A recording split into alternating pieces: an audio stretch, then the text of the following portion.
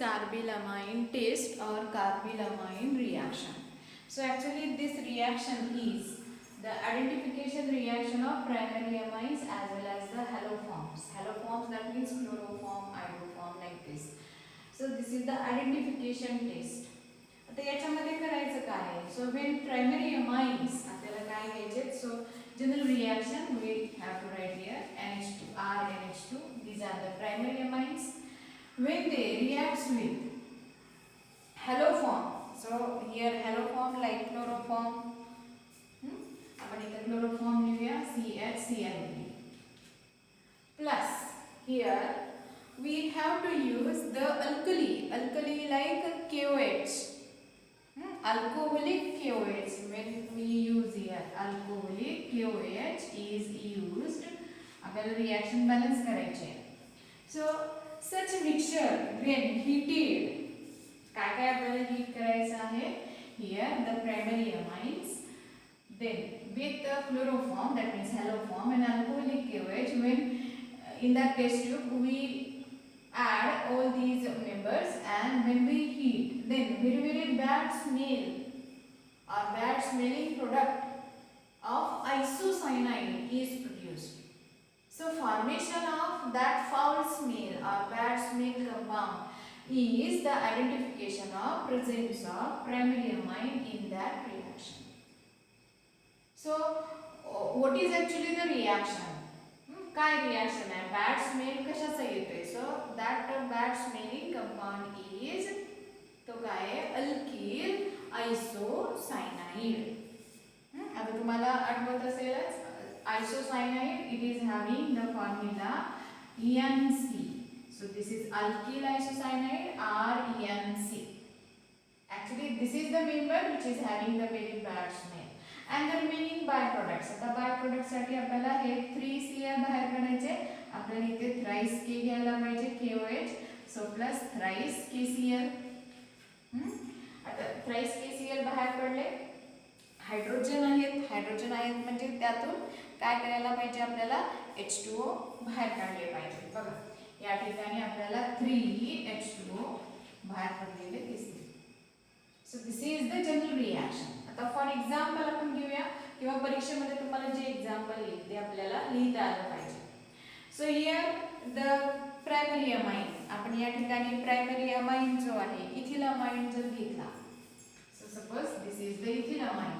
Ethyl amine CH3 CH2 NH2 किंवा तुम्ही C2H5 NH2 लिहिला तरी चालेल, plus CHCl3. This is the chloroform. Same balancing factor thrice KOH. So here alcoholic KOH, when it is heated, then it forms CH3 CH2 NC. So this is ethyl isocyanide, and plus thrice KCl plus thrice H2O. So these are the byproducts. So formation of here ethyl isocyanide. So this member has a member आहे, याचं नाव काय? ethyl isocyanide. So it is having very bad smell. So this reaction is actually the carbylamine reaction or carbylamine test. So this is the identification test. Then secondary and tertiary. He identification test कोणाची आहे? Primary amine ची. Secondary and tertiary amine, they do not form such isocyanide compounds. So do not give this reaction. Carbylamine test reaction is given only by the aliphatic or aromatic primary amines. म्हणजे aromatic पण amine जे आहेत ही taste देतात. So this was the carbylamine reaction or test. आता next reaction आपल्याला बघायची आहे. So reaction with nitrous acid. आपल्या जुन्या सिलेबस मध्ये ऍक्च्युली ही रिएक्शन कशी होती? डिस्टिंग्विशिंग टेस्ट होती between the primary, secondary and tertiary. पण आता फक्त प्रायमरीची रिएक्शन आपल्याला लिहायची आहे. सो द रिएक्शन, कुठली रिएक्शन आपल्याला लिहायची आहे? Reaction with nitrous acid. आतापर्यंत तुम्ही नायट्रिक ऍसिड ऐकलेलं आहे. आता आपल्याला काय घ्यायचे? Reaction with nitrous acid. आता आपण काय घेऊया याच्यामध्ये? So reaction with nitrous acid. Actually, this nitrous acid is not a stable compound or a stable liquid in a. So it is to be produced in C2 within the reaction. म्हणजे हे आपण bottle मध्ये भरून ठेवू शकत नाहीये. So it is to be produced within the reaction, during that reaction, within the reacting mixture. आता कसं तयार करायचं? ऍक्च्युली याचा फॉर्म्युला काय आहे? So this nitrous acid having formula HNO2. So this nitrous acid is formed within the reaction by reaction between sodium nitrite NaNO2 and HCl. So this sodium nitrite reacts with HCl and forms this HNO2 nitrous acid, and then this nitrous acid reacts with amines. That is why it is said that this nitrous acid is formed in C2. आता actually reaction कार्य बघा. Nitrous acid या nitrous acid बरोबर आपण primary amine घेणार आहे. So during दिस reaction, आता ह्या रिएक्शन मध्ये आपण पहिल्यांदा जनरल रिएक्शन घेऊया. So this is RNH2. So the reaction with primary amine बरोबरची रिएक्शन आहे. दिस RNH2 म्हणजेच काय? आपला primary amine reacts with sodium nitrite and HCl. म्हणजेच काय? It reacts with nitrous acid. आता लिहिताना आपण काय लिहिणार आहे? HNO2 ऐवजी HONO लिहायचं. म्हणजेच HNO2 म्हणजेच नायट्रस ऍसिड. हे नायट्रस ऍसिड कसं तयार झालं? In presence of NaNO2 plus HCl. So the temperature it should be 0 degree 273 to 278 Kelvin. इतक्या लो टेम्परेचरला ही रिएक्शन होते. Then in the first step the intermediate unstable intermediate product is formed. आता काय काय वापरायचे बघा, मी अंडरलाइन करते या ठिकाणी, आपल्याला कसं लक्षात ठेवायचं. So this N and this Cl काय काय वापरायचं आपल्याला हे फक्त लक्षात ठेवण्यासाठी. this N and this Cl together it forms alkyl diazonium chloride. म्हणजे या ठिकाणी इंटरमिजिएट प्रोडक्ट आहे हा R2Cl. So this is the diazo. Azo that means nitrogen. Di means two. So here two nitrogen containing chloride. So this is salt. Diazonium chloride salt. This is very unstable intermediate. Unstable असल्याने काय होतं? In the next step, पुढच्या step मध्ये काय होतं? It undergo decomposition. It forms. आता decomposition होणार आहे. Decompose झालं म्हणजे काय? Bond break होतात in presence of water. वॉटरच्या प्रेझेन्स मध्ये decompose होतं ते. It removes nitrogen gas and from this H2O, OH group gets added. It forms ROH, that is alcohol. तयार काय होतंय? Alcohol with evolution of here nitrogen gas, and this chlorine remaining hydrogen forms the HCl. So this is actually the reaction. So this is the alkyl diazonium chloride. This is very unstable, short-lived compound आहे. It undergo decomposition, cleavage, and it removes a nitrogen gas and forms the alcohol. So this is actually the reaction. कोणाबरोबर? Reaction with the nitrous acid. So this is actually the nitrous acid. आता for example बघूयात आपण याचं. आपण RNH2 हे general example घेतलेलं आहे. या ठिकाणी जर तुम्ही RNH2 च्या ठिकाणी आपण काय घेऊया? Ethyl C2H5NH2 ethyl amine when reacts with HONO कोणाबरोबर? Nitrous acid. म्हणजेच काय? आपण ॲरोवर ते सगळं लिहिलं पाहिजे. NaNO2 plus HCl 273 to 278 kelvin temperature हे सगळं मेन्शन करायचं या ठिकाणी. इंटरमिजिएट कंपाउंड काय तयार होणार आहे आता या ठिकाणी? C2H5 and 2 carrying positive charge and Cl minus. म्हणजे याचं नाव काय? Ethyl diazonium chloride. So this is unstable compound.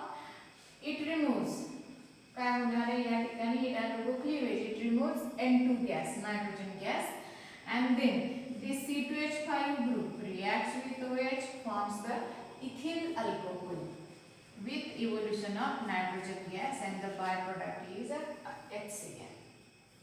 So this is the reaction with here aliphatic primary amine. हा काय एक होता? aliphatic primary amine. आता सेम रिएक्शन आपण या ठिकाणी aromatic primary amine बरोबर सेम नायट्रस ऍसिड ची रिएक्शन करूया. ही रिएक्शन कोणा बरोबर झाली? aliphatic primary amine बरोबरची नायट्रस ऍसिड ची रिएक्शन झाली. So primary amine, secondary amine, tertiary amine, they react differently. Tertiary amine do not react, but primary and secondary amines react differently with this nitrous acid. पण आपल्याला syllabus मध्ये फक्त primary अमाइनचीच reaction दिलेली आहे. हा झाला अलिफॅटिक. आता याच्यामध्ये आपण काय घेऊया? दुसरा जो मेंबर आहे तो आपण एरोमॅटिक घेऊया. आता एरोमॅटिक सेम अशीच रिएक्शन करायची आपल्याला, फक्त थोडासा चेंज आहे. आपण रिएक्टंट घेणार आहे बेन्झीन रिंग कंटेनिंग, म्हणजे आपण घेऊया ॲनिलीन. सो व्हेन दिस ॲनिलीनचा फॉर्म्युला आठवतो तुम्हाला? या ठिकाणी काय? बेन्झीन रिंग आणि NH2. So this is aromatic primary amine. So this aromatic primary amine when reacts with nitrous acid, ज्यावेळेस ते नायट्रस ऍसिड बरोबर रिॲक्ट होतात, they forms the diazonium salt. फरक काय आहे? फक्त एवढाच फरक आहे. So when they react with पुन्हा नायट्रस ऍसिड HONO, आरोवरची कंडिशन सेम तीच. काय लिहायचं? NaNO2 plus HCl 273 to 278 केल्विन. आता रिएक्शन मध्ये काय तयार होणार आहे? या ठिकाणी बघा, in primary aliphatic primary amine here the alkyl diazonium chloride was unstable. इथे लिहिते मी वाटल्यास पुन्हा, this is unstable compound. So it decomposes like this. बरोबर. पण आता या ठिकाणी काय तयार होणार आहे आणि लिहायचं कसं? So this is nitrogen. ठीक आहे. Second nitrogen and here the Cl. We have to use these three members and forms the compound. आता जो प्रोडक्ट तयार होणार आहे तो लिहायचा कसा आहे? असा. बेन्झीन रिंग आहे तशीच लिहिली. या ठिकाणी काय लिहिणार तुम्ही? N2 आणि हा Cl negative positively charge. So this is benzene diazonium chloride. Remaining is the water. या ठिकाणी 2 हायड्रोजन, 3 हायड्रोजन, 4 हायड्रोजन, म्हणजे काय? +2H2O. हा झाला बाय प्रोडक्ट. पण आपला मेन प्रोडक्ट काय तयार झाला? तर बेन्झीन डायझोनियम क्लोराइड. आता हे जे बॉन्डिंग आहे, हे बॉन्डिंग आपण असं लिहू शकतोय बघा, लक्षात राहिलं तर ठीक आहे. किंवा हे अशा टाइपने, here carrying the triple bond, nitrogen मध्ये ट्रिपल बॉन्ड. ठीक आहे. आणि मग त्याच्यामुळे नायट्रोजन वरती काय येतो? या ठिकाणी ट्रिपल बॉन्ड मुळे positive charge, and here Cl acquires negative charge. So this is benzene diazonium chloride. So this compound, this product, intermediate product जो या ठिकाणी इथे अनस्टेबल होता, but here in this reaction this product is a stable product. हा काय असतो? Stable product आहे.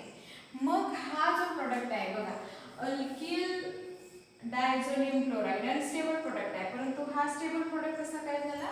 So it is stabilized by resonance. मग आता कसं हे रेझोनन्स लिहायचं? आपल्याला फिनॉलच्या वगैरे तुम्हाला रेझोनेटिंग स्ट्रक्चर सांगितलेले आहेत, त्याच पद्धतीने हे सुद्धा रेझोनेटिंग स्ट्रक्चर लिहायचं. So this is benzene diazonium chloride. Benzene diazonium जो सॉल्ट आहे, किंवा त्याला आपण बेन्झीनला आपण जनरली काय म्हणतो? अरिल म्हणतो. So this aryl diazonium salt हा जो आहे, इट इज रेझोनन्स स्टॅबिलाइज्ड. मग आता हे रेझोनेटिंग स्ट्रक्चर्स कसे लक्षात ठेवायचे बघा. तर तुम्हाला पहिल्यांदा आठवलं पाहिजे. फक्त बेन्झीन रिंग जी आहे ती आपण अल्टरनेट डबल सिंगल बॉन्डनी काढायची. तुम्ही कुठूनही लेफ्ट साइडनी डबल बॉन्ड स्टार्ट करा, राईट साइडनी डबल बॉन्ड स्टार्ट केले तरी चालतील. आपण जर समजा असे स्टार्ट केले, त्याच्यानंतर काय दोन नायट्रोजन्स आहेत. मग नायट्रोजन मध्ये काय सांगितलं, ट्रिपल बॉन्ड आहे. ठीक आहे, म्हणून आपण इथे घेतला N and here the triple bond N. So this nitrogen carrying the positive charge here, then chlorine negatively charged. हे असं पुढं स्ट्रक्चर आहे. ते क्लोरीन लिहिला नाही लिहिला काही प्रॉब्लेम नाही. So this is actually the diazonium salt. आता हा स्टेबल कसा होतो बघा, इकडे आपण वेगळ्या कलरच्या कडून चेंज करूया. So when such compound is formed, it gets stabilized by resonance. Resonance मध्ये काय होणार आहे आता, this alternate double single bond conjugated system मध्ये जे इलेक्ट्रॉन्स आहेत, they electron या ठिकाणी this bond breaks and these electrons they are shifted towards this nitrogen. आणि याच्याकडे शिफ्ट झाल्याने काय चेंज झाला या ठिकाणी बघा. this is the double bond, this is double bond same राहिलेला आहे. this bond breaks, so here deficient center, so positive center created. Here the double bond acquired by this nitrogen. नायट्रोजननी या ठिकाणी डबल बॉन्ड येतो, त्यामुळे त्याचा जो positive charge आहे या ठिकाणचा त्याला बॅलन्स करायला काय होणार आहे, one of the bond triple bond हा काय होणार आहे, शिफ्टेड, म्हणजे ते बॉन्ड ब्रेक होणार, electron shifted towards nitrogen. So here the double bond and this nitrogen, actually nitrogen कडे एक पेयर शिल्लक असते, त्याच्यात आता अजून एक पेयर आली, त्यामुळे ह्या नायट्रोजन कडे झाले दोन लोन पेयर इलेक्ट्रॉन्स. आता पुन्हा नेक्स्ट काय चेंज होणार आहे, हे डिफिशियंट सेंटर आहे त्याला न्यूट्रल करायला हा जो बॉन्ड आहे तो काय होणार आहे, it is a shifted here. तो शिफ्ट झाल्याने काय चेंज झाला बघा, नेक्स्ट रेझोनेटिंग स्ट्रक्चर मध्ये काय चेंज झाला, हा डबल बॉन्ड इथे आला, हा इथे आला. या ठिकाणी डिफिशियंट सेंटर म्हणजे here the positive centre, here already double bond is present. The remaining thing is the same. So here double bond nitrogen carrying positive charge, double bond nitrogen with the two pair lone pair. हे झालं पुढचं structure. आता त्याच्या पुढचं जे structure आहे, आता हा जो नायट्रोजन आहे डिफिशियंट आहे म्हणजे तो निगेटिव्ह सेंटर तयार झालेला आहे, इथं निगेटिव्ह सेंटर आहे.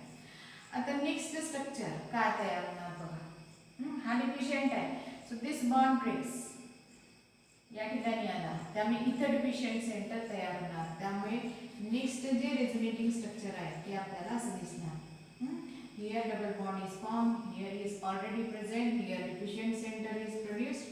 Here double bonded nitrogen positively charged, double bond nitrogen lone pair negatively charged.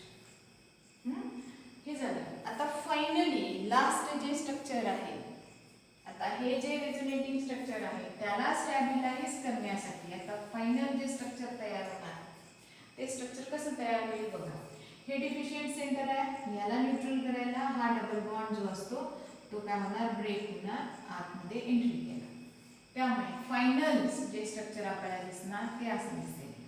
So here benzene ring already these are the two bonds. Here this one pi bond breaks and here electron gather, so this is the double bond. Then this nitrogen gets a singly bonded. आता त्याचा एक double bond break झाला त्यामुळे single bond आला. मग single bond आला, या ठिकाणी जो पॉझिटिव्ह चार्ज आहे त्या पॉझिटिव्ह चार्जला या ठिकाणी काय केलं पाहिजे, तसंच ठेवलं पाहिजे.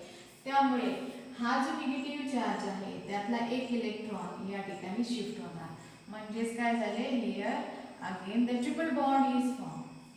या ठिकाणी नायट्रोजनला ट्रिपल बॉन्ड आला आणि हा जो पुढचा नायट्रोजन आहे त्याच्याकडे एकच पेयर शिल्लक राहील.